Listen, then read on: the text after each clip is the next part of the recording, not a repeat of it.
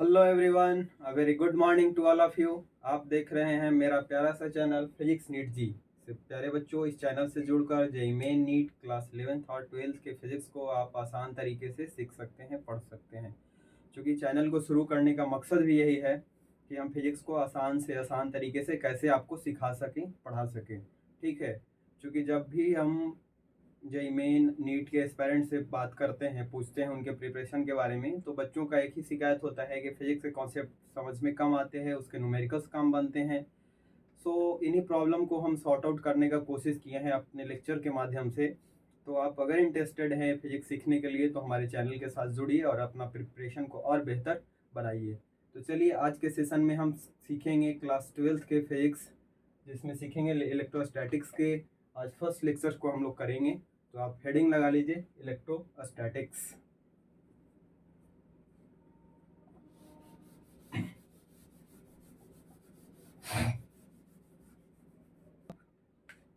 सबसे पहले हम इस टर्म को डिफाइन करेंगे कि इलेक्ट्रोस्टैटिक्स होता क्या है, इसमें हम पढ़ेंगे क्या। तो इलेक्ट्रोस्टैटिक्स में बेसिकली इलेक्ट्रोस्टैटिक्स जो है दो टर्म मिलकर के बना है, इलेक्ट्रो प्लस स्टैटिक्स। इसमें इलेक्ट्रो का मीनिंग होता है चार्ज। व्हाट, क्या मतलब होता है इसका? चार्ज मतलब आवेश। स्टैटिक,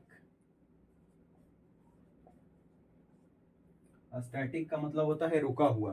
ठीक है। रेस्ट, क्या होता है? रेस्ट। तो इस इलेक्ट्रोस्टैटिक टर्म को हम कैसे डिफाइन करेंगे कि फिजिक्स का ये पार्ट है, हिस्सा है। तो हम बोलेंगे कि फिजिक्स का वो पार्ट जिसमें हम रेस्ट चार्ज के बारे में स्टडी करते हैं, उस पार्ट को हम क्या बोलेंगे? इलेक्ट्रोस्टैटिक्स बोलेंगे। तो इसका अगर डेफिनेशन लिखना चाहते हैं तो ऐसे लिख लीजिए, it is a part of physics in which we study about rest charge. In which we study about rest charge, लिख लीजिए। इलेक्ट्रोस्टैटिक्स का अगर डेफिनेशन लिखना चाहते हैं तो क्या लिखेंगे? It is a part of physics, it is a part of physics in which, जिसमें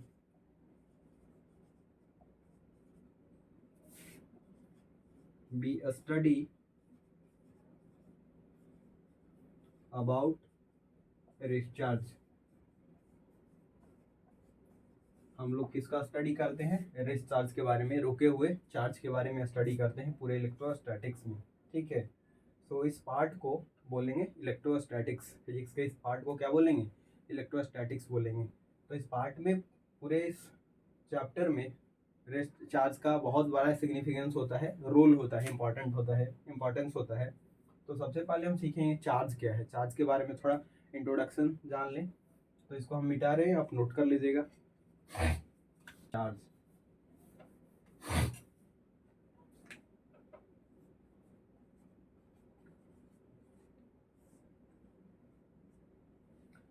देखिए चार्ज जो है किसी मैटर मटेरियल का प्रॉपर्टी होता है। चार्ज क्या होता है? किसी मैटर या मटेरियल का प्रॉपर्टी होता है। मतलब मैटर या मटेरियल का प्रॉपर्टी होने का मतलब कि चार्ज बिना मैटर के एग्जिस्ट नहीं कर सकता है, बिना मास के एग्जिस्ट नहीं करता है। मैटर का प्रॉपर्टी होता है, तो मैटर होगा तब चार्ज होगा। तो बोलेंगे कि charge is a property of material. अब देखिए चार्ज होने से क्या होगा, तो जहाँ भी चार्ज होगा ना, अपने सराउंडिंग में एक इफेक्ट प्रोड्यूस करेगा, उसको बोलेंगे इलेक्ट्रिक इफेक्ट। ठीक है। चार्ज जहाँ भी होगा वो अपने सराउंडिंग में क्या प्रोड्यूस करता है? इलेक्ट्रिक इफेक्ट प्रोड्यूस करता है। ठीक है। उस इलेक्ट्रिक इफेक्ट प्रोड्यूस होने से क्या होगा, तो उसके आजू बाजू में या आसपास में कोई दूसरा चार्ज पार्टिकल आएगा तो उसको या तो अट्रैक्ट करेगा या रिपेल करेगा, अट्रैक्ट करेगा या रिपेल करेगा। इस इफेक्ट का मतलब चार्ज का यही इफेक्ट होता है, अट्रैक्ट करता है या रिपेल करता है। इस अट्रैक्ट या रिपेल करने को हम क्या बोलेंगे कि इलेक्ट्रिक इफेक्ट पैदा करता है या प्रोड्यूस करता है। तो चार्ज के बारे में क्या बोलेंगे सबसे पहले कि ये मैटर या मटेरियल का प्रॉपर्टी होता है, माने बिना मैटर के ये एग्जिस्ट ही नहीं कर सकता है, बिना मास के चार्ज एग्जिस्ट नहीं कर सकता है। कहता है कि ये एक मटेरियल और मैटर का प्रॉपर्टी होता है जो अपने सराउंडिंग में एक इलेक्ट्रिक इफेक्ट प्रोड्यूस करता है। ठीक है। इसका डेफिनेशन यही लिखेंगे, it is a property of material due to which it produces due to which it produces electric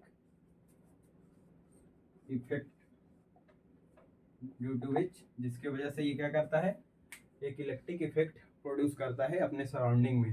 due to which it produces electric effect, मतलब it is a property of material या matter, मतलब ये पदार्थ का गुण होता है। Due to विच जिसके कारण इट प्रोड्यूसेस इलेक्ट्रिक इफेक्ट, मतलब यह उत्पन्न करता है एक इलेक्ट्रिक प्रभाव, विद्युत प्रभाव उत्पन्न करता है। ठीक है, इसके बारे में और जान लीजिए कि इसका जो सिंबल हम लोग यूज करते हैं वो कैपिटल क्यू या स्मॉल क्यू भी यूज करते हैं। इसका जो एसआई यूनिट होता है, एसआई यूनिट जो इसका होता है वो होता है कूलॉम्ब। कूलॉम्ब ये साइंटिस्ट के नाम पर है जिसके लिए हम सिंबल सी यूज करते हैं। और क्या, तो ये एक डिराइव्ड क्वांटिटी है, डिराइव्ड क्वांटिटी है। वो जो 7 फिजिकल क्वांटिटी होता है ना, उसमें 7 में से ये नहीं है, ये डिराइव्ड क्वांटिटी है जिसका आप अगर डायमेंशन की बात करें, डायमेंशन की बात करें तो डायमेंशन होता है a इंटू टी। ठीक है, डायमेंशन होता है a t। ठीक, और इसके बारे में क्या जानना है, सिंबल क्यू होता है, यूनिट होता है इसका कूलम जिसको c से रिप्रेजेंट करते हैं, एक डिराइव्ड क्वांटिटी होता है, डायमेंशन 80 होता है। और जान लीजिए कि ये एक स्केलर क्वांटिटी होता है, ये एक स्केलर क्वांटिटी होता है, मतलब सिर्फ इसके पास क्या होता है, मैग्नीट्यूड, डायरेक्शन नहीं होता है। तो ये सब चार्ज के बारे में क्या था, इंफॉर्मेशन था जो आपको याद रखना चाहिए, काफ़ी इंपॉर्टेंट चीज़ है। ठीक है, अगर आप नोट कर लिए हैं तो हम इसे मिटा रहे हैं। तो आइए हम टाइप्स ऑफ चार्ज के बारे में सीखेंगे। हेडिंग लगाइए, types of charge, types of charge. So basically charge 2 प्रकार का होता है। ठीक है, चार्ज 2 प्रकार का होता है, एक होता है पॉजिटिव चार्ज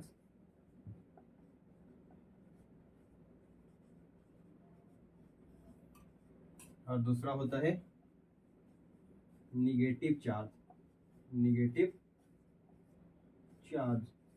ठीक, ये पॉजिटिव चार्ज का जो सबसे छोटी इकाई होता है, सबसे छोटा जो टुकड़ा होता है, समझ गए, फंडामेंटल जो पार्टिकल होता है, जैसे हमारे बॉडी में सेल होता है, ठीक है, एटम में इलेक्ट्रॉन होता है, वैसे ही पॉजिटिव चार्ज का जो सबसे छोटी यूनिट है, छोटी इकाई है, जो छोटा पार्ट एग्जिस्ट करता है पॉजिटिव चार्ज के रूप में, वो एक प्रोटॉन की चार्ज के बराबर होता है। मतलब कह सकते हैं कि प्रोटॉन होता है सबसे छोटा चार्ज पार्टिकल। कौन होता है, प्रोटॉन होता है। ठीक है, जिसका सिंबल आप प्लस ही यूज करते हैं या सिंपली ही यूज करते हैं। प्रोटॉन के लिए हम सिंबल क्या यूज करते हैं, सिंपली ही। वैसे ही इलेक्ट्रॉन के लिए सिंबल हम क्या यूज करते हैं, माइनस ही। ये इसका क्या है, सिंबल है। एक प्रोटॉन का जो चार्ज होता है वो 1.6 into 10 to the power -19 coulomb के इक्वल होता है। वही एक इलेक्ट्रॉन का जो चार्ज होता है वो माइनस साइन के साथ 1.6 into 10 to the power -19 coulomb के इक्वल होता है। यहाँ पे देख रहे हैं मैग्नीट्यूड में दोनों बराबर है, ये पॉजिटिव होता है और ये निगेटिव चार्ज पार्टिकल है, तो इसके आगे निगेटिव लगा लीजिएगा। ये इसका सिंबल होता है। ये क्या है, इसका सिंबल है, इसका नेगेटिव चार्ज पार्टिकल की सबसे छोटी यूनिट का। ठीक है, इसको आप कह लें इलेक्ट्रॉन का ये सिंबल है। किसका सिंबल है, इलेक्ट्रॉन का। ठीक, मास ऑफ जो प्रोटॉन होता है वो होता है 1.67 या 66 into 10 to the power -27 kg। वही मास ऑफ जो इलेक्ट्रॉन होता है, देखिए ई माइनस इलेक्ट्रॉन ये होता है 9.1 इंटू 10⁻31 kg। आप अगर दोनों के कंपेयर करिएगा तो लगभग 1000 टाइम्स से भी ज़्यादा ये हैवी होता है। कौन? प्रोटॉन हैवी होता है। यहाँ पे पावर देखिए -31, यहाँ पे कितना -27, तो इसका लगभग ये 1850 टाइम्स होता है हैवी। कौन होता है? Mass of proton. प्रोटॉन का मास इलेक्ट्रॉन से लगभग 2000 गुना भारी होता है। समझ गए? तो ये था पॉजिटिव चार्ज या निगेटिव चार्ज के बारे में। दो टाइप काइंड होता है इसका, या टाइप होता है, एक पॉजिटिव, दूसरा निगेटिव। पॉजिटिव चार्ज का जो सबसे छोटी इकाई है, सबसे छोटा चार्ज जो पॉजिटिव चार्ज में एग्जिस्ट करता है वो होता है प्रोटॉन। और एक प्रोटॉन का चार्ज इतना, इसका मास इतना होता है। एक इलेक्ट्रॉन का चार्ज माइनस साइन के साथ, चार्ज इलेक्ट्रॉन प्रोटॉन का बराबर होता है, मास दोनों का अलग अलग होता है। इलेक्ट्रॉन हल्का होता है प्रोटॉन से कितना गुना? लगभग 2000 गुना, 2000 टाइम्स हल्का होता है। वैसे 1800 समथिंग टाइम्स हल्का होता है, 1830 या 1850 के आसपास। ठीक है, तो इतना इन्फॉर्मेशन इसके बारे में याद रखिएगा। आगे हम फिर बढ़ते हैं। अब हम हेडिंग लाएंगे properties of charge. What? Properties of charge.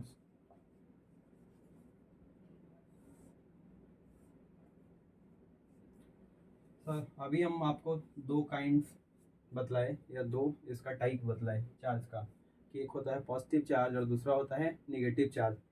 जहाँ भी सेम नेचर का चार्ज होगा या लाइक चार्ज होगा, सेम नेचर का होगा, मतलब प्लस प्लस या माइनस माइनस, तो प्लस प्लस एक दूसरे को रिपेल करता है, या माइनस माइनस एक दूसरे को क्या करेगा? रिपेल करेगा, एक दूसरे को दूर रखना चाहेगा अपने से। ठीक है, तो हम फर्स्ट प्रॉपर्टी में यही लिखेंगे कि लाइक चार्ज जो होता है, लाइक चार्ज रिपेल करता है, अनलाइक चार्ज मतलब प्लस माइनस या माइनस प्लस अट्रैक्ट करता है। फर्स्ट प्रॉपर्टी ये लिखिएगा, लाइक चार्ज, लाइक चार्ज का मतलब दोनों प्लस प्लस, और लाइक चार्ज का मतलब दोनों प्लस प्लस या दोनों minus minus. Repel each other while, जबकि unlike charge, unlike charge, unlike charge का मतलब plus minus attract each other. Plus plus ये दो चार्ज है, तो क्या करेगा? प्लस प्लस ये इसको रिपेल करेगा इधर, और ये इसको रिपेल करेगा इधर। ठीक है, या फिर अगर माइनस माइनस दो चार्ज है तो एक दूसरे को क्या करेगा? ये रिपेल करेगा, ये इसको धक्का देगा इधर, ये इसको धक्का देगा इधर। वही अगर प्लस माइनस है, अनलाइक चार्ज है मौजूद आसपास में, तो ये क्या करेगा? ये इसको इधर अट्रैक्ट करेगा, और ये भी इसको अपनी तरफ अट्रैक्ट करेगा।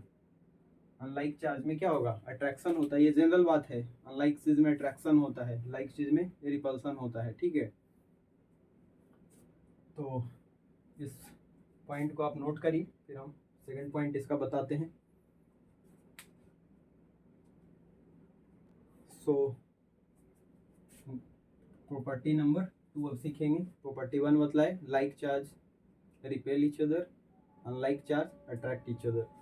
सेकेंड प्रॉपर्टी इसका ये है कि चार्ज जो होता है वो कंजर्व्ड क्वांटिटी होता है। कंजर्व्ड क्वांटिटी होने का मतलब कि चार्ज को ना क्रिएट किया जा सकता है, ना डिस्ट्रॉय किया जा सकता है। ठीक है, अगर आइसोलेटेड सिस्टम में जितना चार्ज है, ठीक है, वहाँ से अगर चार्ज लीक कर नहीं कर रहा है, किसी ऑब्जेक्ट को किसी भी अमाउंट चार्ज दे करके उस पर चार्ज किया गया है, किसी भी मैग्नीट्यूड का चार्ज उस पर दिया गया है, वो किसी दूसरे ऑब्जेक्ट से कनेक्टेड नहीं है, अटैच नहीं है, तो उस पर जो चार्ज का वैल्यू होगा किसी भी समय वो कांस्टेंट होगा। ठीक है, इसी को हम लोग बोलते हैं चार्ज एक कंजर्व क्वांटिटी होता है। इसी कारण हम लोग बोलते हैं कि चार्ज कंजर्व क्वांटिटी होता है। मतलब चार्ज जो है क्रिएट और डिस्ट्रॉय नहीं होता है, जितना वो था अभी उतना ही कभी भी होगा। ठीक, तो नेक्स्ट प्रॉपर्टी लिखेंगे कि चार्ज इज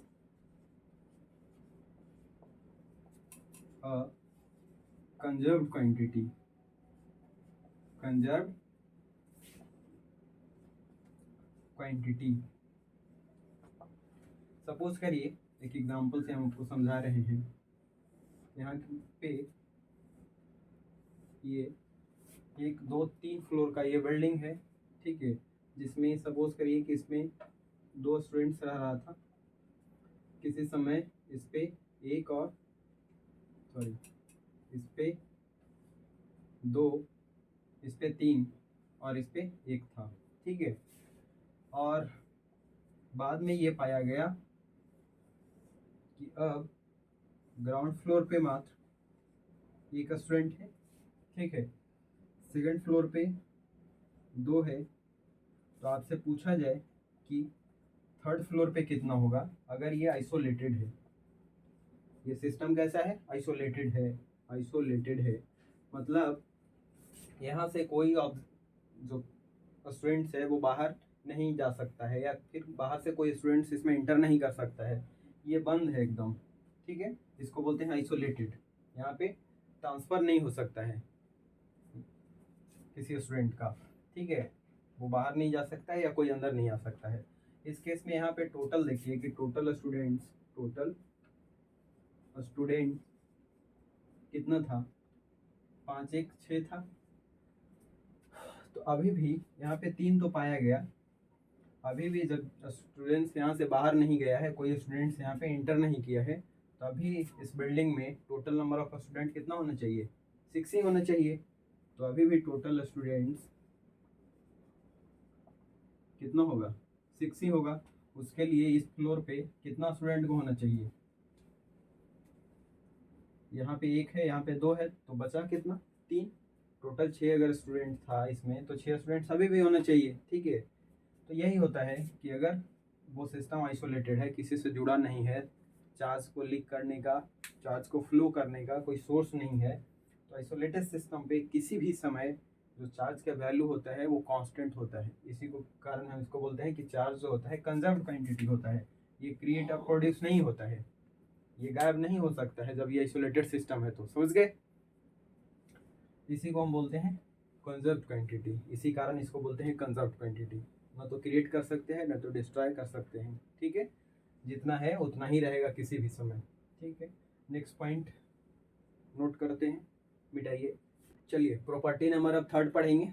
चार्ज लिखेंगे कि charge is invariable with speed. कहने का मतलब ये होता है कि किसी भी चार्ज ऑब्जेक्ट, अभी हम क्या बताएं कि रेस्ट चार्ज के बारे में स्टडी करेंगे, लेकिन अगर चार्ज को हम कोई स्पीड दे दें, ठीक है, कोई वेलोसिटी दे दें, तो चार्ज का क्या वैल्यू वेरी करेगा? चार्ज का मैग्नीट्यूड बदल जाएगा? तो नहीं, ऐसा नहीं होता है। चार्ज जो होता है इनवेरिएबल क्वांटिटी होता है। चार्ज को अगर स्पीड दे दीजिए, वेलोसिटी दे दीजिए, तो उसका मैग्नीट्यूड, उसका वैल्यू नहीं चेंज करता है। लेकिन मास के साथ ऐसा नहीं होता है। मूविंग मास का जो मैग्नीट्यूड होता है, ठीक है, वो वेरी करने लगता है, लेकिन चार्ज के साथ ऐसा नहीं होता है। इसीलिए बोला जाता है कि चार्ज जो होता है इनवेरिएबल होता है स्पीड के साथ। मूविंग चार्ज का जो वैल्यू होता है वो नहीं बदल सकता, चाहे चार्ज का वेलोसिटी कुछ भी हो और स्पीड कुछ भी हो। लिखेंगे it is invariable with speed, ठीक है। मतलब मूविंग चार्ज का जो मैग्नीट्यूड होगा that is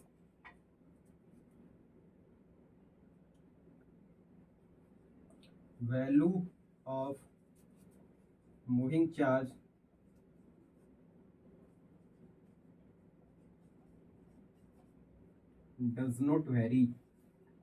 doesn't vary,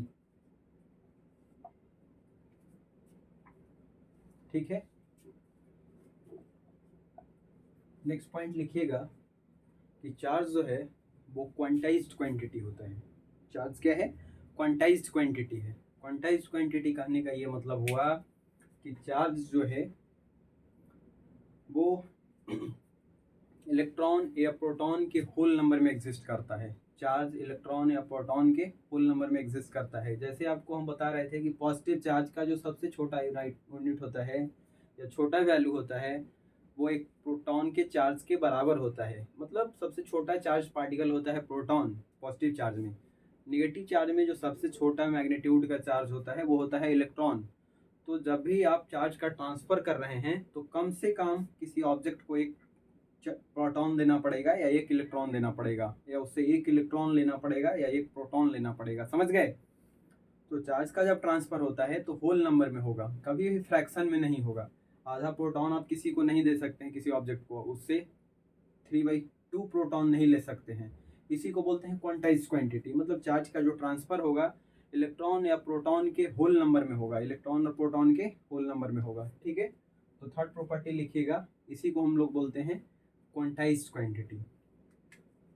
charge या it is a quantized quantity. It is a quantized quantity means Q जो होगा, जो चार्ज होगा वो N इंटू ई चाहे इलेक्ट्रॉन हो जाए या प्रोटॉन हो जाए, दोनों का मैग्नीट्यूड तो बराबर ही होता है। यहाँ पे हम प्लस माइनस लिख देते हैं। ठीक है, प्रोटॉन होगा तो प्लस अज्यूम करेंगे, इलेक्ट्रॉन होगा तो माइनस। N क्या है? होल नंबर है या फिर पॉजिटिव इंटीजर है।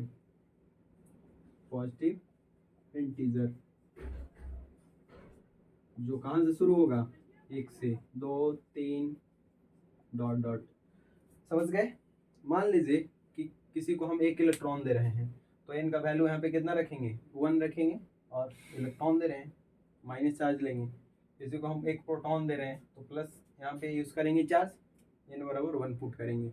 मतलब चार्ज का जो सबसे छोटी इकाई है, सबसे छोटी यूनिट है, वो या तो एक प्रोटॉन के बराबर होगा या एक इलेक्ट्रॉन के चार्ज के बराबर होगा। ठीक है, तो ये इसका चारों प्रॉपर्टी याद रखना बेहद ज़रूरी है। इस पे बेस्ट न्यूमेरिकल्स हम अगले सेशन में करेंगे। ठीक है, आगे का हमारा प्लानिंग क्या होगा वो भी हम आपसे डिस्कस कर देते हैं कि थ्योरी के साथ साथ हम न्यूमेरिकल्स भी करवाएंगे। वो न्यूमेरिकल्स आपके प्रीवियस ईयर्स के होंगे, जेईई मेन के प्रीवियस ईयर्स के न्यूमेरिकल होंगे।